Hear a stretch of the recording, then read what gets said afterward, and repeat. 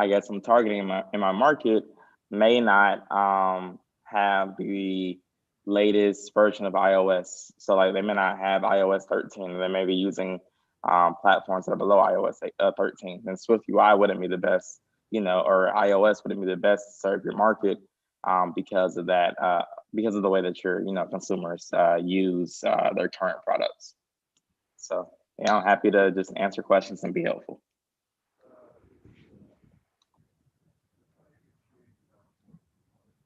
Cool. Anyone have any questions? I guess I could start us off. So I've been interested in entrepreneurship and I've done a lot of entrepreneurship things. I started my own business when I was a freshman in high school. So I guess what's kind of the correlation between like starting like an entrepreneurship and starting a business and having to do with computer science? Ooh, wow. I think tech startups are where it's at, but I feel like John might be better equipped to answer this question. Yeah, sure. I would say the biggest, I guess, correlation I see is that doing a startup is like, let's see, have you ever tried like doing something? Is kind of how I kind of compare it. It's like, have you ever tried like doing something and like being bad at it? Like you try like, I don't know, some like new skill and you're just marvelously bad at it, like so bad that it's embarrassing. Oh, Ryan, I was asking. I've done some things where I've like I guess for example kind of helping out with this hackathon. I've never done coding really. I did a little bit of web design in high school, but I didn't really get too much into CSS. And in fact, I'm majoring in economics and business administration. So CS is kind of like a new field for me. However, I'm interested in definitely pursuing some courses in computer science, and I'll be taking a couple computer science courses in the following year. So I was kind of figuring out how I could be able to use my computer science skills that I would learn to be able to help improve my career. That's what's up. I would say that's a great track. I would say that like kind of continue on is that really entrepreneurship to me is being really bad at something, but not giving up on the way that it takes to become good at something eventually. So I guess one example I can give is like if I wanted to be like a skateboarder, like a great skateboarder. So that was my goal. I maybe like fall and bruise myself like the first 100 times, but maybe by the 101st time, I actually land like the kickflip. I feel like that's like entrepreneurship to me.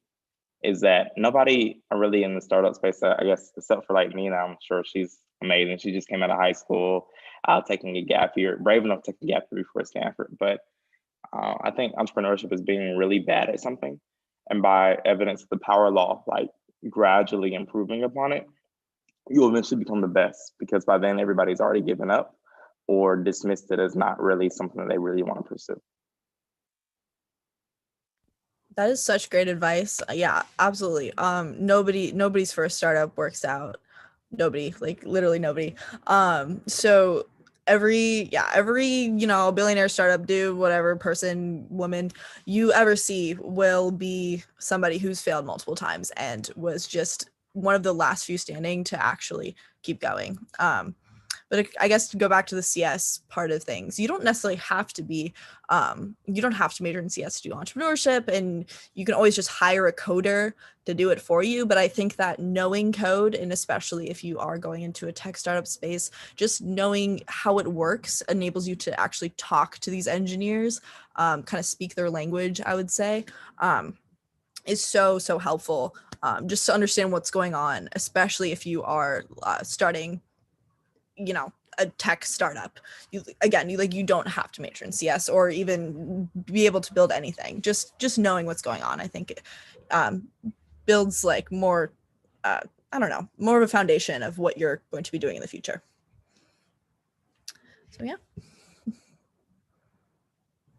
And to add to that, theoretically within a startup, you shouldn't be building anything like an app or some type of like code until you have paying customers. You should, like, I think the game of startups, and correct me if I'm wrong, it's a game of just enough, where you're creating just enough to be able to show somebody the possibility of what you can do, or how you can improve their process with technology. Mm-hmm. Yeah, exactly. Now, don't let me get on here and just say something wrong, though. So please correct me if I. But that was just my I guess one observation. And so yeah, feedback from customers is so important. You want to make sure that you are building something that they actually need, rather than what you think they need, because those are often two different things.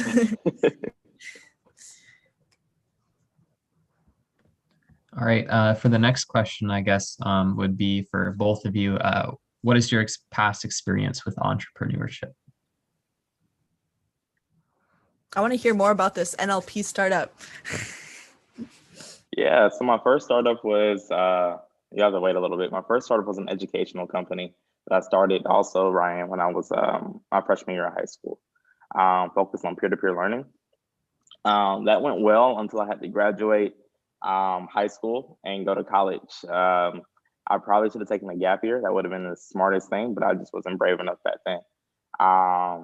So like that, I scaled that to be statewide, and also became a partner in education in one of the largest counties in Georgia.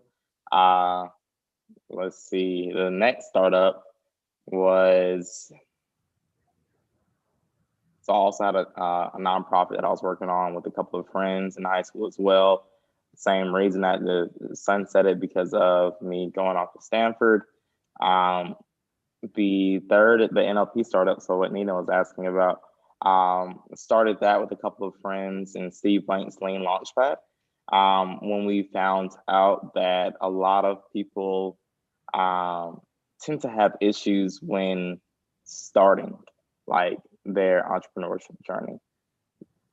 They maybe have like a great idea, but don't really know how to get the first points of that idea like down into some type of physical form, or some type of like something that's, I guess, something bringing their idea to reality.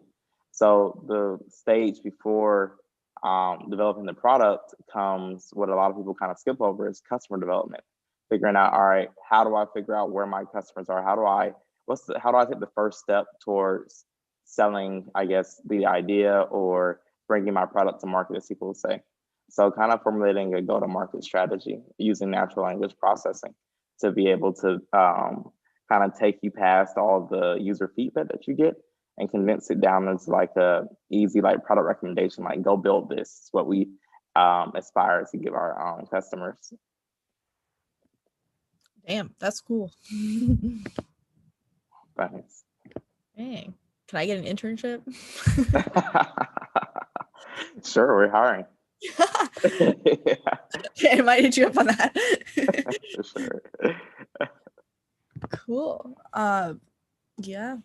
Any other But you're about to blow me out the water. I mean, we would love to hear yours. Oh, well, I guess. Oh, all right. I have to talk about mine. Okay. Well, I guess I kind of already went through it. So I guess for my more recent experience, I worked for this company called Cargo with a K, and they literally like an 8-person team in San Francisco, just trying to build an amazing product.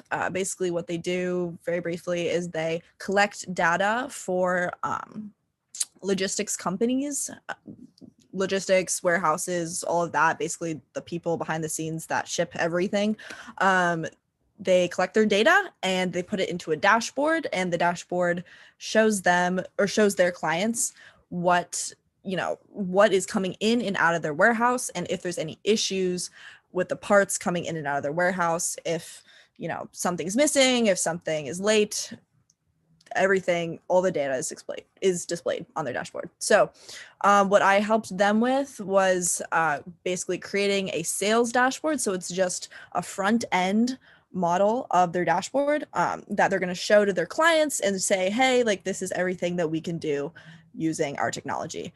So it was a really awesome experience working with a small team, watching them really, really struggle and also do amazing things all at once. There's going to be setbacks. There's going to be big wins. I think the major setback I saw, at least for this particular startup, was recruiting. It's really hard for them to find really good engineers out of like Facebook, Google, etc. There were engineers at that startup who had worked for Facebook, Google, LinkedIn, pretty much every big Tesla, every big company. But it is hard to find more. So that was a big sort of roadblock, I would say, that I experienced. And then in terms of like just the startup culture, I loved it. At least at this particular startup, it was amazing. It's very team oriented. Everyone is working so hard in so many hours to get, this one idea out there and to get this product out to market. So it's kind of like you're all dying together, so you're like really good friends sort of environment. So it's really awesome.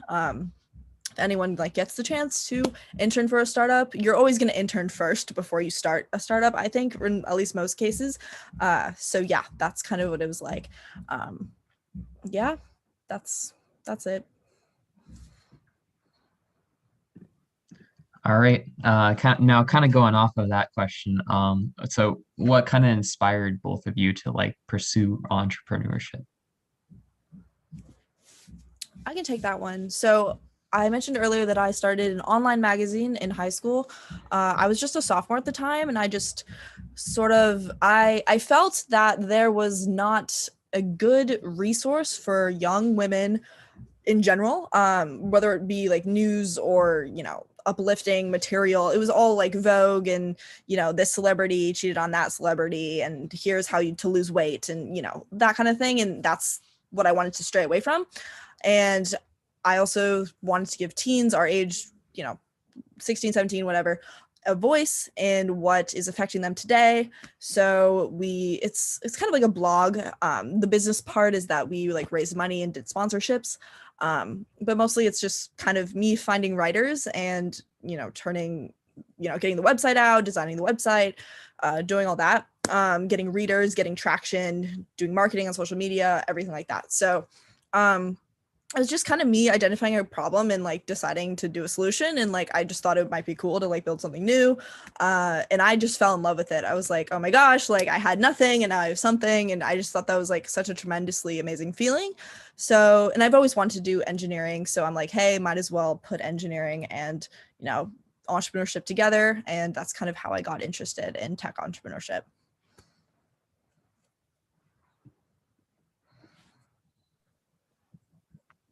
I guess I can also go answer that question too. In mine, not as exciting, but it was really more so when I was 14. It was like I wasn't old enough to get a job in the state that I lived in, so I had to make money somehow. So I decided to, I guess, form a company. And I guess in that stage of, all right, trying to figure out, all right, what will I do? I guess occupy my time. I just started to look at, like, I guess, the world around me, and I saw problems, and I picked one of those problems that I felt like I was suited to solve, and I went after it. That's what it's all about, is just finding a problem and deciding to solve it. I hope I didn't simplify that, but yeah. So. All right. Another question that we received was, what has been the biggest challenge you faced during your entrepreneurial journey, and how did you overcome it?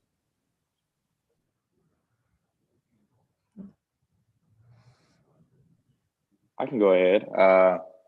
Biggest problem, I think it's trying to figure out when to start. I think that's always like the biggest one. Like it's kind of like you're starting from nothing. So like nothing is, out there. I guess you're trying to create something. So it's like, when is the best time to start a painting? Or there's like a quote that says like the best time to start something is yesterday.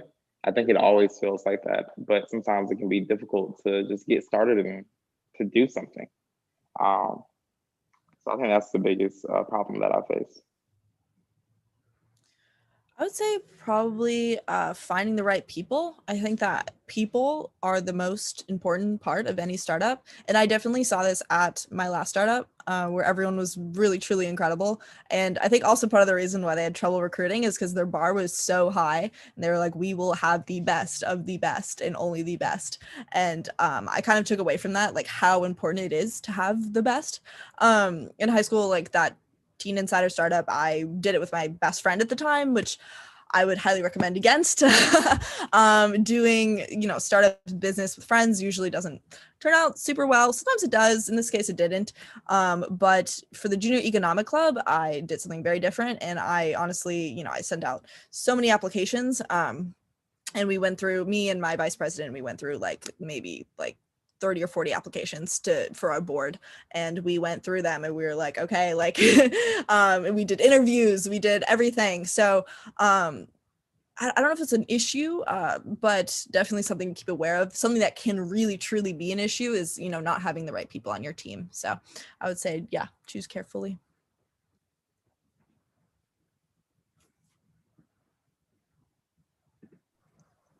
All right. Another question that we also received was, what is one piece of advice that you would be willing to give your younger self or budding entrepreneurs? Oh, wow.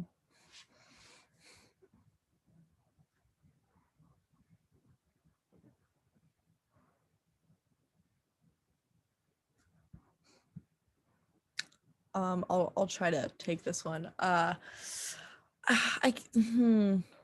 think, I guess I'm trying to think of what part. I guess if I was talking to my high school self, I'm going to assume that guys are in high school. Well, one, I would not have started the business with my friend. I also would have had a little bit more control over the website and stuff like that, because I didn't personally have control over that.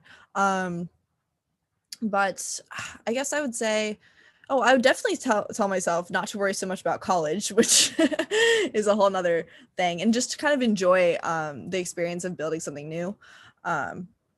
Yeah, I would just say enjoy the experience. Don't take it so seriously. I would say your first startup is going to be practice no matter what. You don't need to make $1 million on your first startup. You're not going to make $1 million on your first startup. Just use it as more of a learning tool more than anything.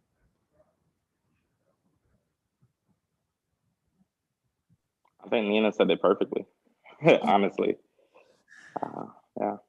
But sometimes you may make $1 million on the first startup. I don't know. Never know.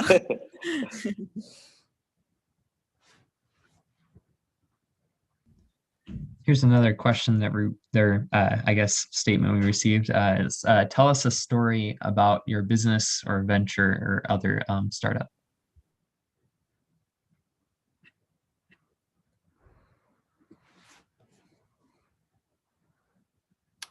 I can talk a little bit about the Junior Economic Club. This is more of a nonprofit startup, but I think that a lot of there's a lot of similarities between nonprofit work and not nonprofit work. So I could talk a little bit about that. When I took over the club, there was very few members, and pretty much things were falling apart. So I had to go in there and be like, okay, new board, new everything, just start over basically from scratch. And we also had no money in the bank account. I would say, and this applies to entrepreneurship. It's more a place in networking, but networking and entrepreneurship are very important when put together. When you are starting a business, you need to know people, you need to make connections. So what we did is we basically just cold emailed, probably many hundreds, possibly even 1,000 or more, business professionals that we thought could, one, possibly donate, and two, just help us out in some way or even give us advice. So we would just cold email hundreds of people in the sheer hope that we would land 1 or 2 sponsorships, which was, crazy. So I talked on the phone with cold emailing is so great because you just never know who's gonna say, I want to talk to you on the phone. All the email said was asking for a phone call, just asking for 15 minutes of their time. And I got to meet some crazy people, like the CEO of Citadel almost got on the phone with us, but then he couldn't make our event. Very close though. The CFO of McDonald's, talk to that guy. A billionaire person in Chicago decided that he wanted to donate a ton of money to our organization. So I don't know if it's a story. Maybe I'm not really telling a story, but just in general, cold email. If you need help, if you're starting something, you want to talk to people, just cold email them. Cold email people who, that you look at their LinkedIn profile and you're like, wow, like this person inspires me. Like, how did you do your business? Reach out to them. Just see what they're going to say. Worst thing that happens is they don't respond. It's not a big deal. Try it. Make sure you talk to people.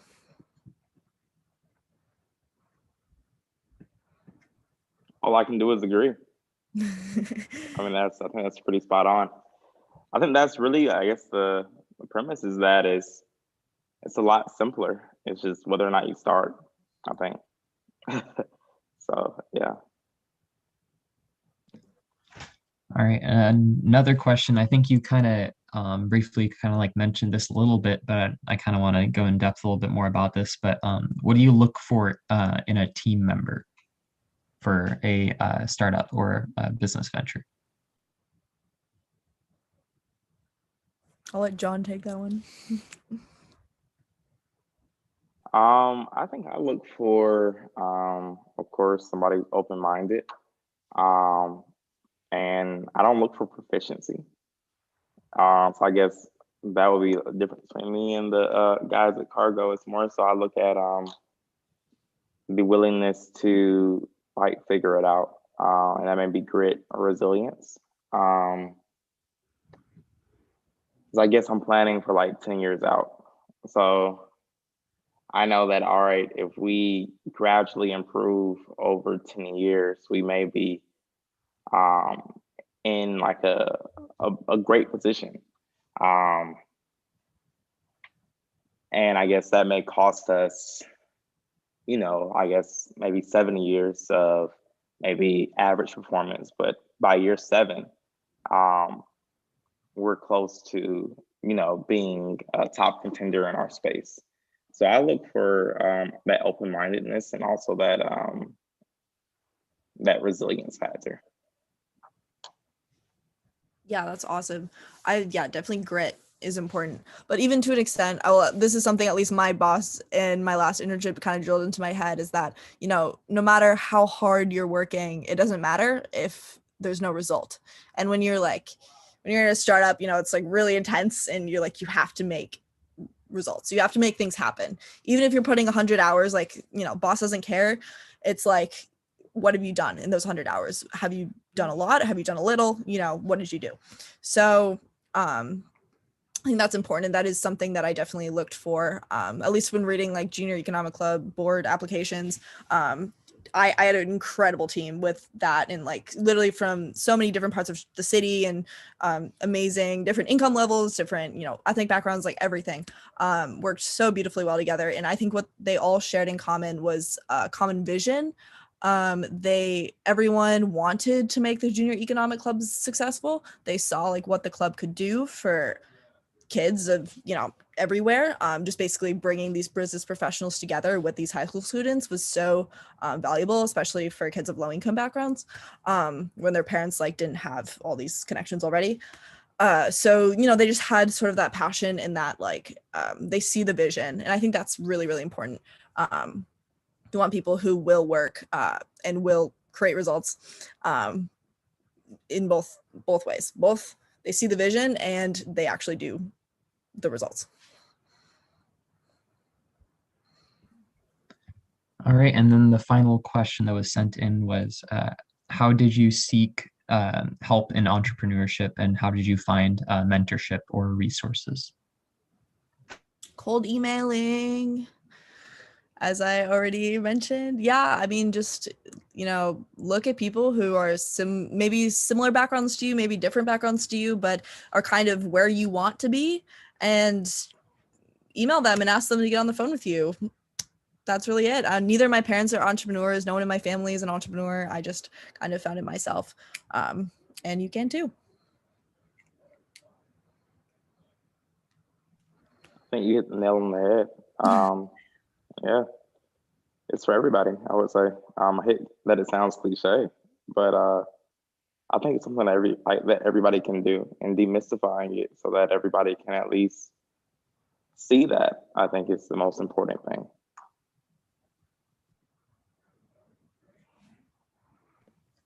All right, those are all the questions that we had sent in to us. So I'll open it up to our audience in the Zoom room currently for them to ask any questions, our panelists.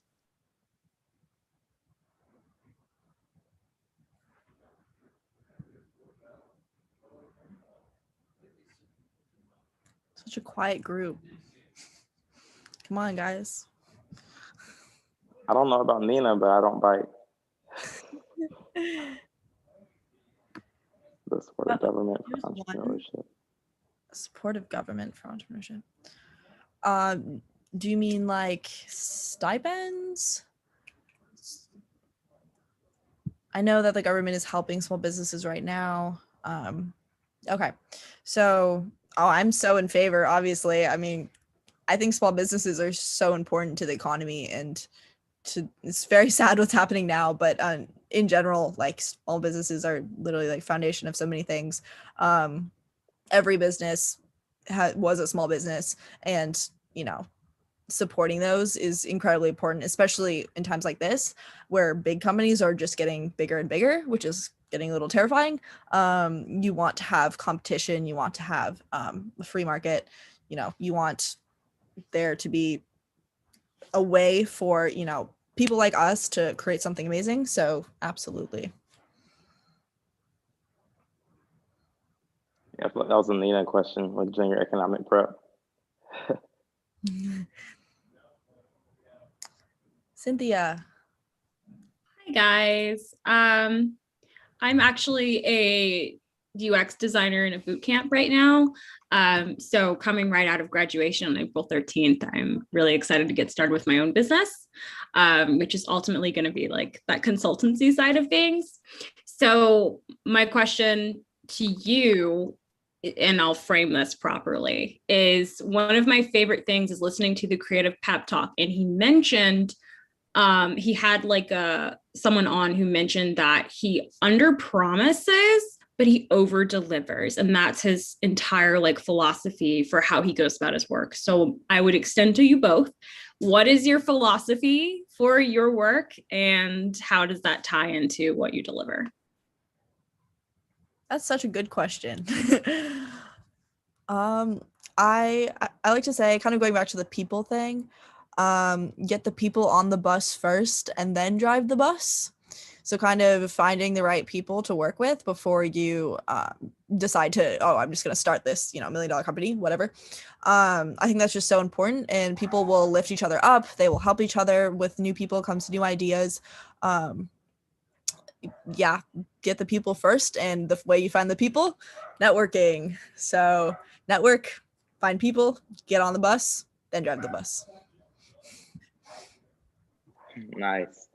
I think that's also pretty keen. I was gonna say, do a little every day. A little becomes a lot. A lot quicker than you think too. It's really weird. Like, it's a really weird phenomenon that I haven't figured out, but it works. So take it as you will. I love it. Thank you guys.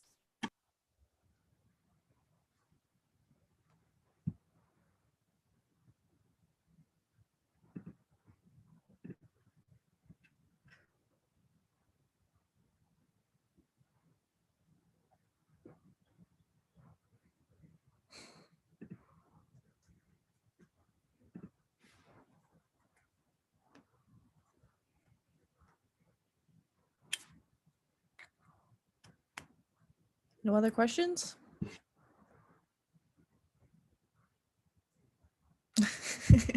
Thanks, Cynthia. I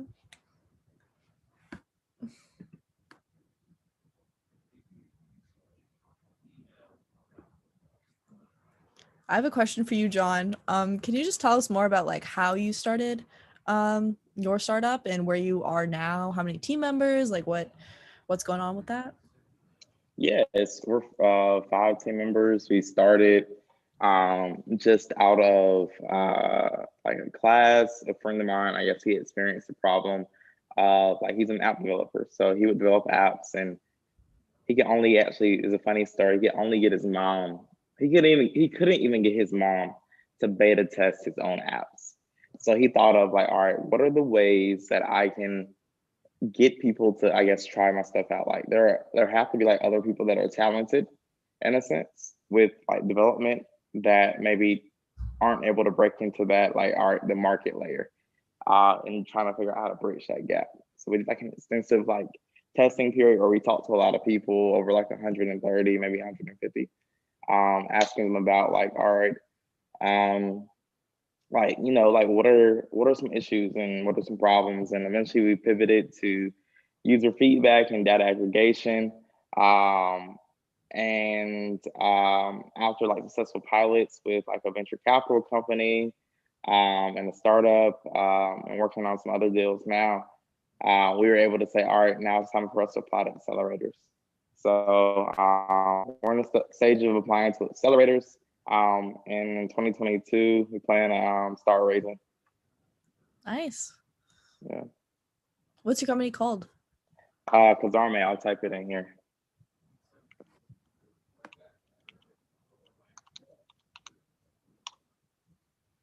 Ooh. Guys, check out John's company. You're funny.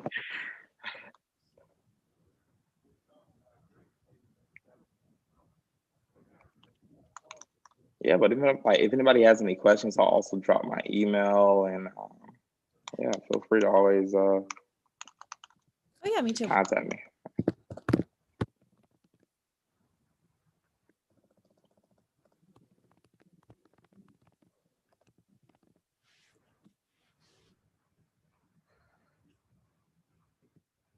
Wait, question, Nina, how did you keep your Stanford email during the gap year?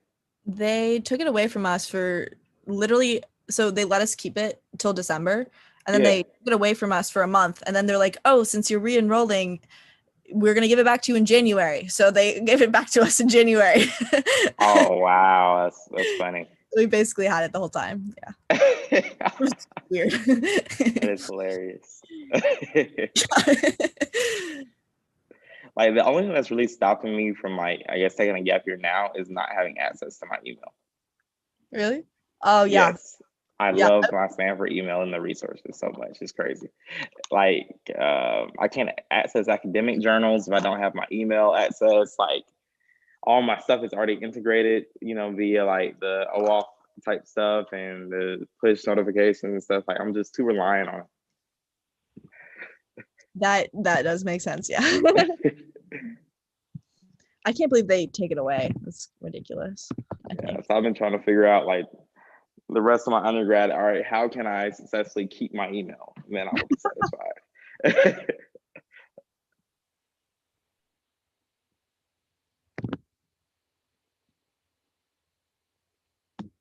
And put my LinkedIn in there too, if anyone has a LinkedIn. Oh, make a LinkedIn. That's a great word of advice. Do that. Great idea. Start with that networking now.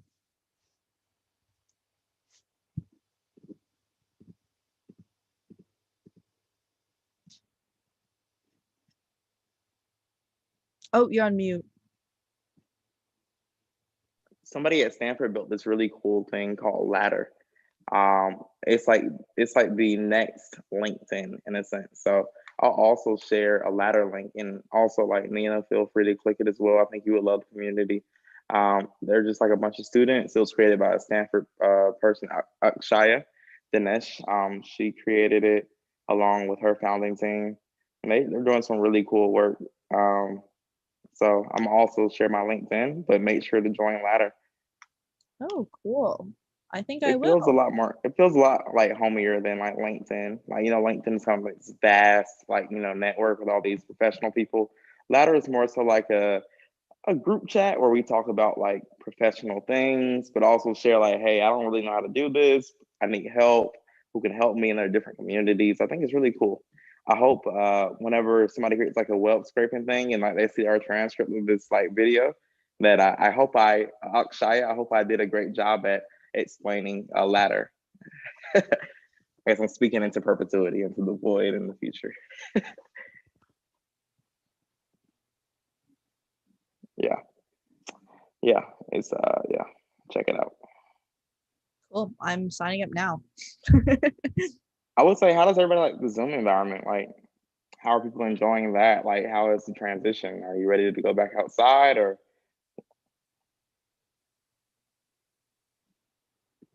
are you ready to stay inside? I'm introverted, so I kind of like being inside. So I guess people are neutral. I don't see anything in the chat. Oh, somebody, Jessica Moody said, ready to go back outside. +1. Ew. I like going outside. Yeah. Nice, nice.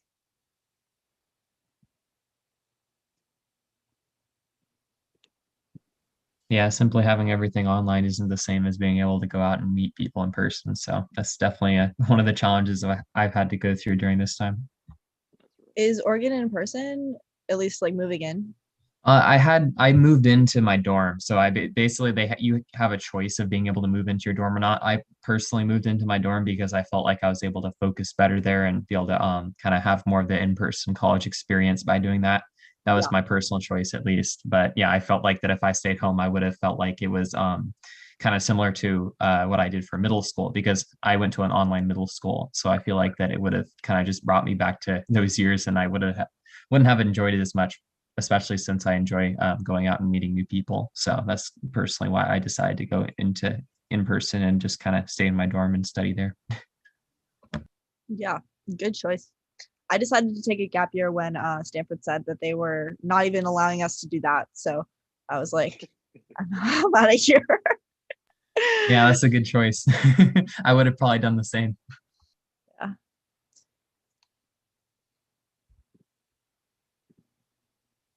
Okay, well, thanks everyone for coming. Thank you. Good luck in all of your endeavors. Yeah, that's it. Thank you, everyone. Feel free to reach out. Always available, almost. Same here. All right. All right.